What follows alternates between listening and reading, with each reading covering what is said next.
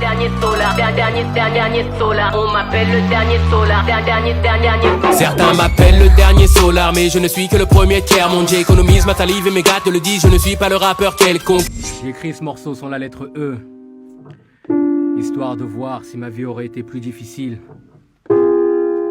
Sans E, mollo, bolo.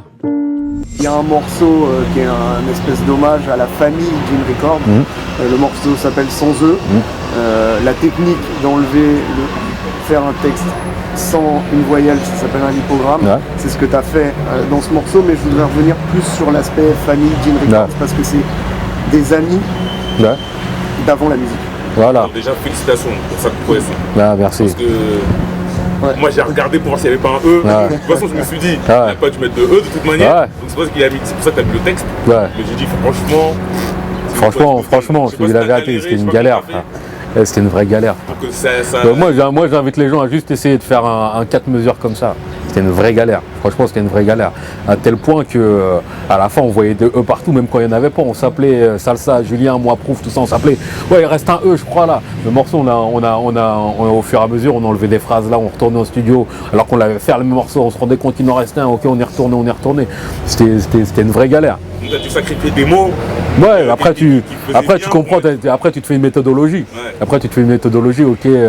Par exemple pour ce morceau-là, je me suis dit vas-y les verbes, faut que je les fasse à l'imparfait. Tu vois ce que je veux dire? Tu as des petites astuces comme ça qui te font avancer quand même, tu vois. On revient sur Team Records. Raconte-nous un peu le cheminement qui vous a mené aujourd'hui à être un label indépendant et autosuffisant. Déjà, faut savoir que Salsa, le CEO, le boss du label, on va dire, c'est une personne que, par rapport à moi, c'est... avant qu'on vienne au monde, il faut savoir que nos parents, ils se connaissaient déjà. Ils habitaient dans le même quartier, ils se voyaient déjà, etc. Après, du coup, moi, ce gars-là, c'est quelqu'un que je ne sais même pas depuis quand je le connais en vrai. Tu vois ce que je veux dire? Je suis incapable de dire la première fois que je l'ai rencontré. Alors que c'est ce qui donne aussi un lien particulier avec Salsa et tout. Après, avec Medine, Brave ou Proof, tout ça, c'est encore le même microcosme. On était au collège ensemble. Brave et Medine étaient dans la même classe en primaire. Tu vois ce que je veux dire? Brave et Medine étaient dans la même classe en primaire. Moi, on était au collège Medine, Brave, moi, etc. ensemble. On attendait la récréation. On faisait du freestyle sur des trucs de la cliquette, etc. C'est vraiment un truc qui remonte à bien avant le rap. Et avant le rap, on faisait du foot ensemble. Après, on n'était pas assez bon en foot. On est parti dans le rap, on a fait du rap. De fil en aiguille, on a réussi à plus ou moins se professionnaliser dedans. Puis après, il y a Medine qui a pété. Puis aujourd'hui, on a réussi à plus ou moins tous en bénéficier. Et c'est tant mieux.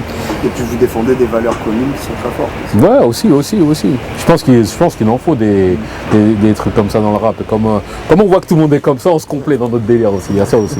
Ça vous permet de vous entendre au quotidien, parce que c'est pas évident sur une durée aussi longue d'être au quotidien avec des mecs et que ça pète pas. Ouais, puis c'est très très familial, tu vois. C'est comme je t'ai dit, au-delà de nous, il y a nos parents qui se connaissent. Et tu peux pas t'embrouiller. Même si tu t'embrouilles avec ton frère demain, ça reste ton frère. Tu vois ce que je veux dire? Même si c'est des grosses embrouilles, il y a eu des grosses embrouilles entre nous, mais ça reste ton frère. Tu vas mettre 1 semaine, 2 semaines à le pardonner, puis après ça revient, c'est ton frère. Tu vois ce que je veux dire? Même toi, quand tu t'embrouilles avec quelqu'un et ça te fait chier de plus lui parler, tu sais que c'est ton frère. C'est vrai ou pas? Ouais, bien sûr. Voilà. Ça fait partie de la vie. Pour finir avec ce morceau, on va revenir un peu sur la forme. J'imagine que tu connais la disparition de Georges Perec. Ouais. Justement, le concept vient de là. Ouais. Malgré les apparences, je suis pas quelqu'un qui lit énormément. Ouais, mais pourtant, Toby or not Toby. Ouais. Ouais, mais je suis pas quelqu'un qui lit. Je suis pas quelqu'un qui lit énormément. Moi, je suis un. Je suis plus. Aussi, ouais, aussi, ouais. Je suis un mec qui lit beaucoup de mangas. Ça, c'est vrai. Y a pas de problème. Qui fait beaucoup de jeux vidéo. Qui lit très peu, qui se remet doucement à la lecture, mais qui a quand même pas mal de mal. Et il y a un côté dans la lecture qui me repousse, qui est un peu élitiste. Ouais, moi j'ai lu le bouquin. Même quand tu regardes une série aujourd'hui, les mecs les plus chiants, c'est les mecs qui vont dire ah c'est pas comme ça dans les bouquins là. C'est vrai ou pas? Donc c'est un côté élitiste. Et t'as pas envie de ressembler à ces mecs-là, tu vois, qui te repoussent un peu de la lecture. Mais là, j'essaye de m'y remettre doucement. Là. Le morceau Babel, lui aussi, c'est une autre sorte de lecture parce que c'est un épisode biblique. Ouais. La tour de Babel. Raconte-nous un peu, raconte-nous pour grossièrement résumer l'histoire de la tour de Babel. C'est quoi? L'histoire de la tour de Babel, c'est les humains qui ont voulu construire une tour justement pour aller tuer Dieu. Très exactement. Pour aller le tuer? Pour aller le tuer, ouais. D'accord. Il faut avoir des cojones quand même pour déjà avoir ce concept-là. Et du coup, ils commençaient à monter, à faire la tour. Et Dieu, pour déjouer leur plan, il a créé les langues différentes, tu vois. Du coup, ils ont un peu plus coordonné pour faire la tour, en fait. C'est ça la légende de Babel. Et moi, j'ai fait la métaphore par rapport à nous, que ce soit dans le rap ou dans d'autres choses, où à des moments où on devrait être coordonné, justement, on a tendance à vouloir mettre la tête à quelqu'un dans l'eau pour justement s'élever lui, tu vois. Et c'est tout le morceau Babel, il est résumé là-dedans, en fait. C'est la nature humaine, c'est pas forcément uniquement le rap. Ouais, c'est pas que le rap, tu le vois dans le foot, tu le vois tu le vois dans les médias, tu le vois partout, tu vois. Tu te dis, lui, j'appuie. Si à un moment écraser quelqu'un, ça me fait monter, je le ferai, tu vois. J'escaladerai Babel pour pacifier nos ghettos. Parmi les frères, y a toujours un trait dans l'eau. Oh, no, molop. L'eau, parmi les chétanes, y a peut-être un ange dans l'eau. Le scénario du clip, où en gros, c'est des gens qui te rejoignent dans une salle qui pourrait s'apparenter à une salle de musée, ouais. Où il y a justement des tableaux une galerie d'art, représentant Babel et sa tour. Babel, Babylone, ouais. Pour ceux qui ne savent pas. On leur donne tout, de l'argent, à manger, ouais. à boire. Ouais. Et malgré tout, ils vont quand même ouais, ça c'est un peu, c'est aussi une métaphore avec, c'est aussi la métaphore avec l'histoire du fruit défendu, avec le gâteau. Oui. On a voulu faire ça, on a voulu fusionner les trucs pour dire que aussi, moi le premier, hein, j'en veux toujours plus, frère. Et tu sais pas pourquoi, même quand tu vas savoir que c'est mal, tu en veux toujours plus. C'est comme ça, tu vois. Et c'était la métaphore de ce truc-là. Et aussi, on a voulu se démarquer en faisant un truc un peu plus original, un peu plus métaphoristique. C'est ça le mot? Je sais pas, mais bon, on va dire que ça passe. Ouais, on va dire que ça passe. Et du coup, on a voulu un peu. Puis là, le clip a été bien accueilli, donc tant mieux, tu vois. Le moment où il se relève masqué, qu'est-ce que ça représente? C'était juste pour le fun. Ouais. Je me suis embrouillé avec Julien, il me disait mais ça veut dire quoi ça? Je dis non, ça fait bien, t'inquiète pas. T'inquiète pas, ça va être esthétique, ça va faire bien, t'inquiète pas. Juste pour le fun, laisse-moi celui-là, elle me l'a laissé, donc c'est cool. Encore une fois, ouais, tu t'inscris aussi dans ce que tu dénonces, parce que on en a parlé tout à l'heure, le morceau Le Mal par le Mal, il y a aussi Amour superficiel, où alors là, tu t'es tapé un délire. Ouais. Il faut. Ouais, et dans la méthode, là c'est vocodeur poussés. Moi, c'est la Talkbox. Moi, je suis un gros fan de Daft Punk et je me suis dit toujours dans la vie, vas-y, une fois, il faut que je tente l'expérience. Puis ça a apparu dans ce morceau-là. Puis je pense qu'il faut, ça reste de la musique, il ne faut pas être limité. Et s'il y a bien une musique qui peut s'adapter à tous les styles, c'est le rap aujourd'hui. Tu vois. Que demain, je peux te faire un truc sur du flamenco ou quoi que ce soit. Je sais que les mesures sont battues en 4 et je pourrais forcément lâcher un flow quelque part. Tu vois ce que je veux dire? Et Amour superficiel, ça fait. Même quasiment tout l'album s'est fait comme ça. On s'est dit, bon, on prend quoi comme couleur? On fait quoi? Ok, ça on l'a déjà fait dans Toby, ça on l'a déjà fait là, ça on l'a déjà fait là. On essaye de pas refaire le même truc. Avec Salsa, on avait pas mal de discussions parce que quand on a vu, quand Toby, notre Toby, le clip est sorti, on a eu un bel engouement sur ce clip-là. Et on commençait à rentrer, vas-y, on refait un album, on fait 10 Toby, notre Toby. On fait 10 morceaux comme ça, puis on les balance. Et moi, t'as l'impression de refaire le film. Et même au niveau de l'inspiration, c'est plus compliqué après. Donc on a décidé de chercher la lumière un peu ailleurs. J'ai dit vocodeur en fait, c'est l'autotune. C'est la Talkbox. C'est comme le tuyau dans la bouche. Ah ouais, donc c'est le vocodeur. Moi je me suis galéré à l'ancienne. Je me suis galéré une dizaine de jours à apprendre à jouer de ce truc-là. Et au final, tu te heurtes à tes limites parce que les rappeurs, nous, on n'est pas des musiciens. Tu vois. Il y a quelques rappeurs qui sont beatmakers, mais moi perso, je suis pas musicien. Et du coup, je suis là, j'ai galéré une bonne dizaine de jours avec ce tuyau dans la bouche pour au final avoir le résultat que vous entendez dans ce morceau-là.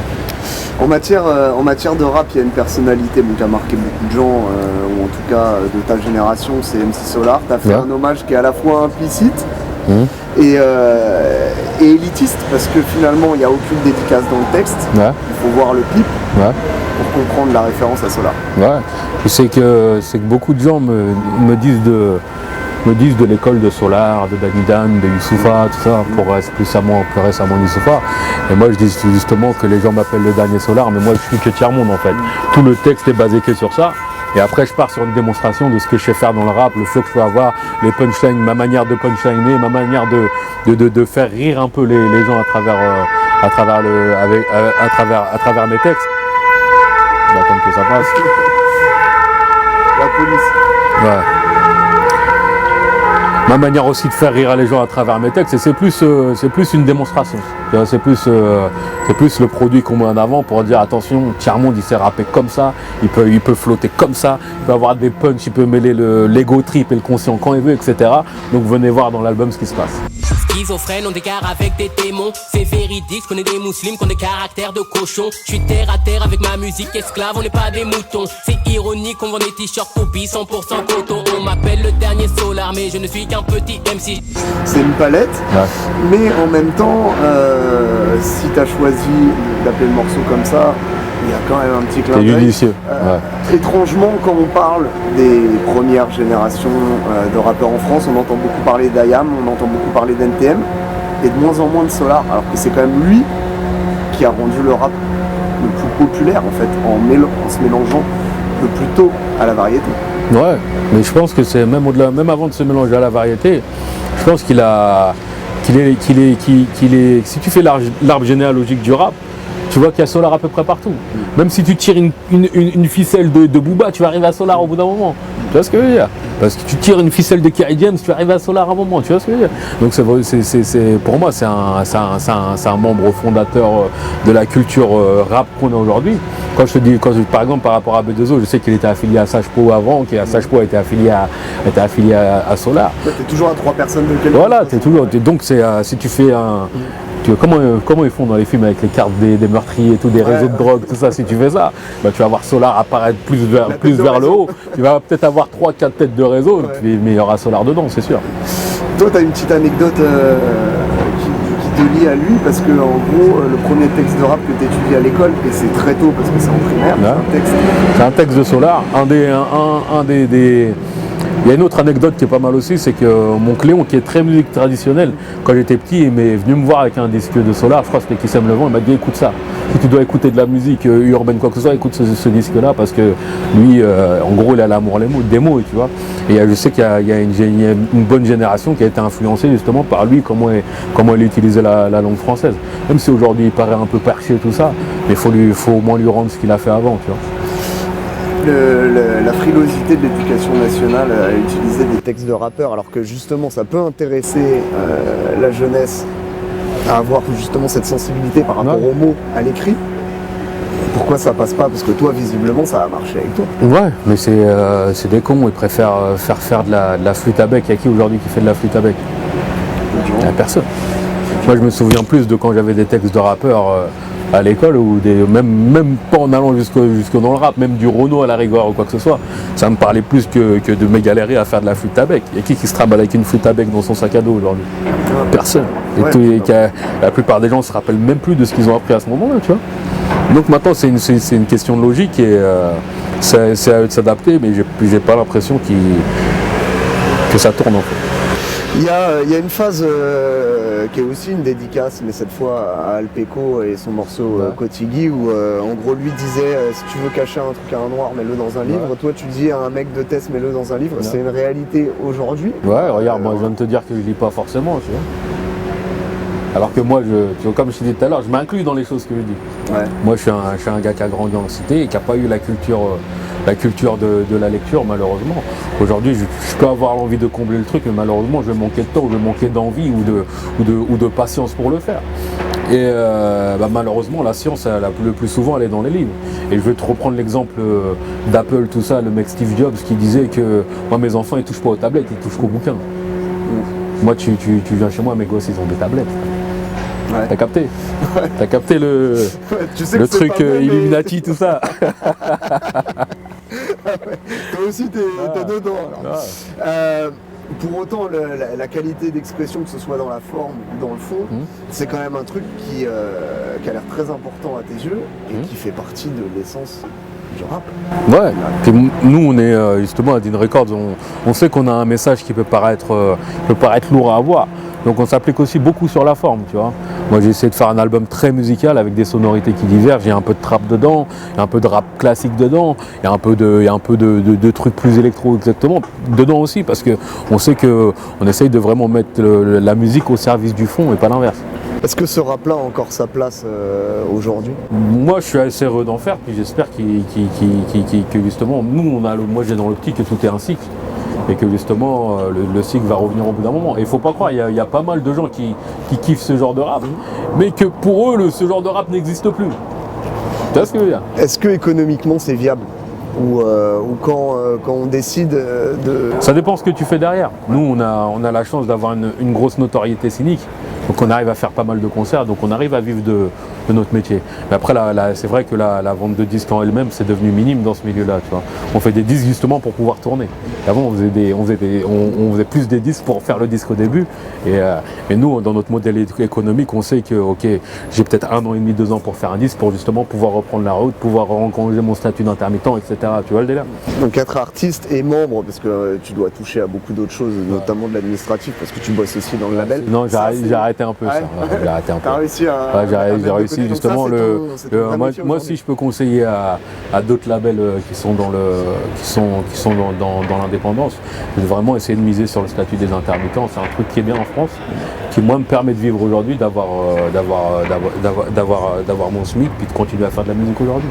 Et c'est un truc intéressant. Tu sais que tu dois faire des concerts et en plus ça va te mettre une déterre de vas-y, faut que je trouve des dates, faut que je trouve des concerts, Tu vois ce que je veux dire? Dans l'intro, dans le teaser, tu disais aussi que tu pensais arrêter. Aujourd'hui, ton retour, il se fait par passion. Ça va t'amener à continuer à produire à l'avenir? Ouais, je vais continuer. Franchement, ça c'était un coup de blues, comme on dit. On a tous un coup de blues aujourd'hui. Même toi, aujourd'hui, tu as dû te dire un jour, est-ce que je reste à Bouscapé, est-ce que je vais ailleurs? Un fif. Ah, tu vois, c'est comme tout, même le foot même Benzema un jour il a dû se dire vas-y j'arrête ou j'arrête pas, tu vois, parce que tu tombes dans le truc de la routine, etc. Tu as l'impression que tu as déjà tout fait, que tu peux plus grandir personnellement dedans. Mais moi j'ai réussi à trouver l'astuce d'essayer de changer musicalement, de trouver des petits défis comme le texte sans eux qui justement me gratifient et me font kiffer, tu vois. Bon bah alors je sens qu'on va se revoir. Ouais, il faut. Bon bah d'ici là, allez vous procurer nos futurs, c'est dans les bacs. Voilà. Merci. Merci à vous. Passe une prod, je la démonte, monte. Illettré, je sais pas compter, je sais quand l'huissier veut vider mon compte. Mon discours parle de ces tours HLM que j'ai habité. Je ne cours plus après mes rêves, je cours après ma réalité. Je ne cours plus après les featuring dans le rap français. Narguilé sur narguilé, leur boîte crânienne est inhabitée. L'esprit c'est comme un parachute, gros c'est mieux quand il s'ouvre. Quand tu me découvres, écoute mes couplets, découpe des rappeurs, des groupes. L'esprit c'est comme un parachute, gros c'est mieux quand il s'ouvre. Quand tu me découvres, écoute mes couplets, découpe, étouffe des rappeurs, des groupes de ouf. Depuis boucher, tout plusieurs décennies, gros trim, ou les King ou les Mackie.